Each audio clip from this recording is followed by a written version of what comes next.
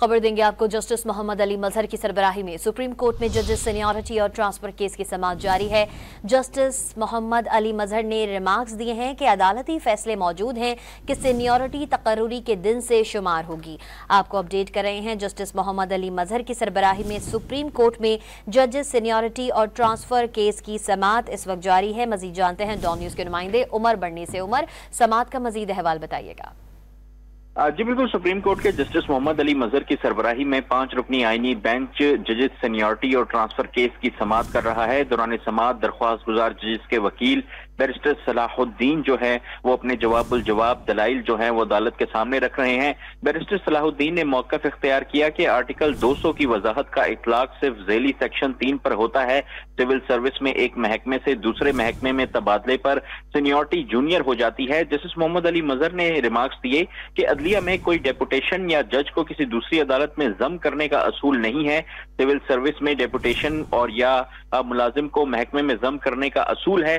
Barrister Salahuddin ने मौक़िफ़ इख्तियार किया कि बगैर रजामंदी किसी भी जज का ट्रांसफर इंसाफ के बरखिलाफ है। इस केस में ये इजाफी तकर्रुरी है। बैरिस्टर सलाहुद्दीन ने मजीद कहा कि भारत में किसी जज के पास ट्रांसफर से इनकार का इख्तियार नहीं होता। वहां ये मामला अलग है, वहां जज की मर्जी नहीं ली जाती। एसपी गुप्ता केस में कहा गया कि जज से राय ली जानी चाहिए, लेकिन बाद में सुप्रीम कोर्ट का फैसला था कि जज से नहीं पूछा जाना चाहिए। बैरिस्टर सलाहुद्दीन ने मजीद मौक़िफ़ इख्तियार किया कि हमारा जजेस से मर्जी से ट्रांसफर किया जाता है तो सीनियरिटी से महरूम होना कोई नाइंसाफी नहीं है।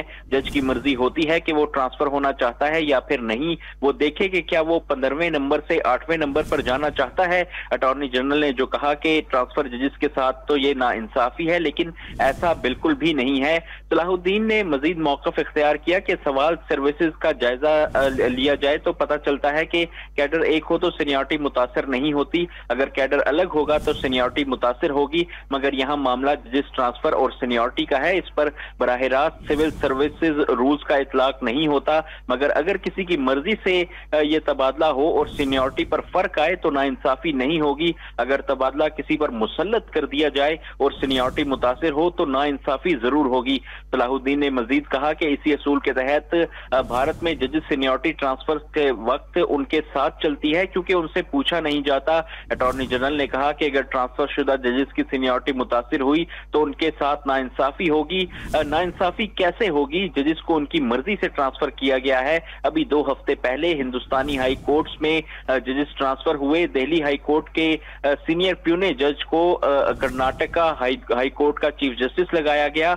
बैरिस्टर सलाहुद्दीन ने कहा कि असूल यह है कि ट्रांसफर्स के वक्त सिर्फ ट्रांसफर शुदा जजेस के साथ इंसाफ नहीं होना चाहिए। जिस हाई कोर्ट में जजेस आए हैं वहां के जजेस से भी बेइंसाफी नहीं होनी चाहिए।